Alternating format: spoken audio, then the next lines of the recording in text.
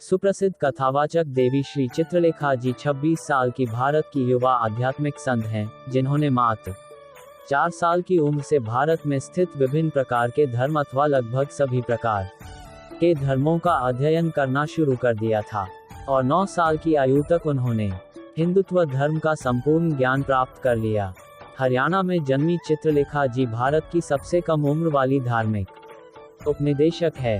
ज्ञान के साथ साथ उनकी सुंदरता भी दोनों गुणों का मिलान करती है। आज श्री चित्रलेखा जी को पूरा विश्व जानता है। इनके इस जीवन काल में इन्होंने कई सामाजिक कार्य किए, संस्थान का शुभारंभ किया जो जन कल्याण व जनहित में महत्वपूर्ण योगदान रखते हैं।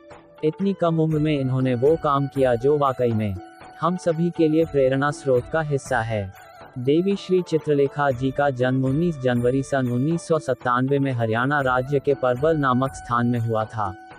बचपन से इनकी गतिविधियों को देखते हुए चित्रलेखा जी के परिवारजनों ने इन्हें मात्र 4 साल की उम्र में प्रशिक्षण देने हेतु बंगाली संस्थान में भेज दिया। इसके लगभग 1 साल बाद चित्रलेखा जी को स्कूल में दाखिला दिलवाया गया। एक पब्लिक स्कूल से इन्होंने प्रारंभिक शिक्षा ग्रहण करना शुरू कर दिया और साथ में प्रशिक्षण की प्रक्रिया भी जारी थी।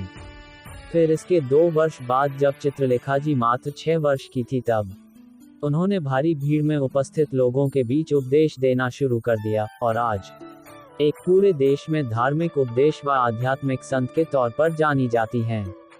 इनकी प्रसिद्धता का कारण चित्रलेखा जी की आयु भी थी। इनके ज्ञान के साथ साथ लोग उनकी खूबसूरती की तारीफ भी करते हैं।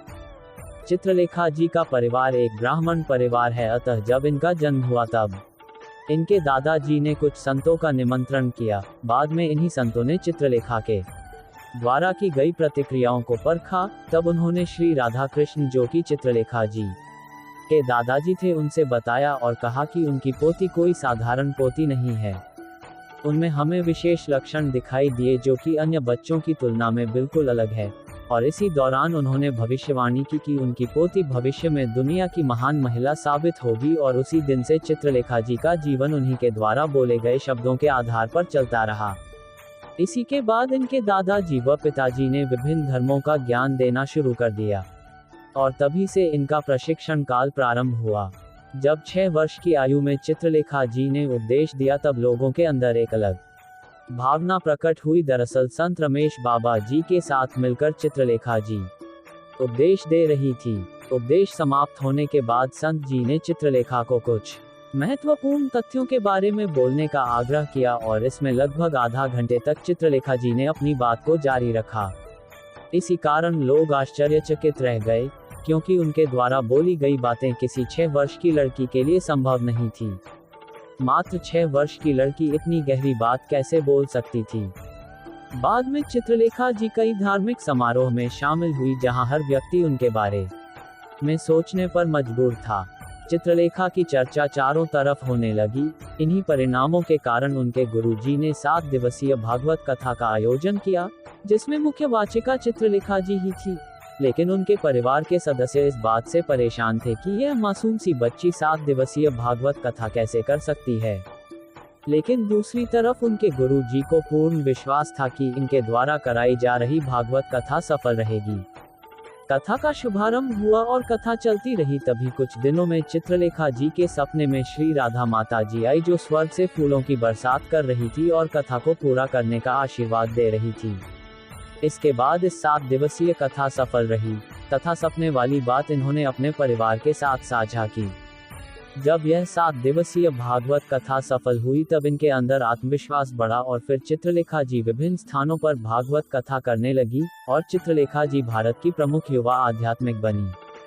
छोटे से कस्बे व गांव में प्रवचन देने से शुरू करने वाली चित्रलेखा जी वर्तमान में दुनिया के कई देशों में प्रवचन दे रही हैं और चित्रलेखा जी विश्व विख्यात आध्यात्मिक संत के रूप में जानी जाती है।